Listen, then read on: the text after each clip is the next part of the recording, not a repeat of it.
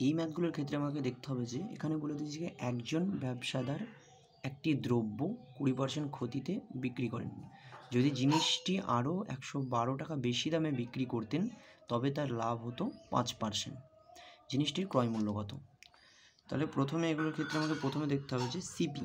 আমি এখানে সিপি বা কস্ট প্রাইস ধরে নিলাম 100 টাকা। এবার আমার 20% কী বলা আছে যে 20% ক্ষতি বলা যায়। তাহলে 20% ক্ষতি মানে এটা আমার 80 টাকা। আর তারপরে কী বলা আছে যে 5% লাভ। তাহলে 5% লাভ মানে 100 থেকে 105 টাকা।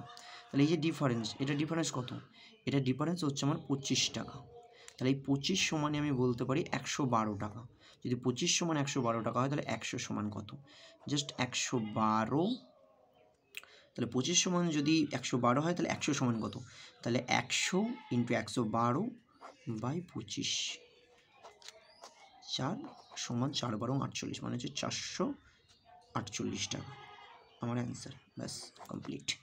এইভাবে এই ম্যাথগুলো খুব তাড়াতাড়ি এবং খুব সহজে করতে চাইলে অবশ্যই চ্যানেলটিকে সাবস্ক্রাইব করে রাখবেন।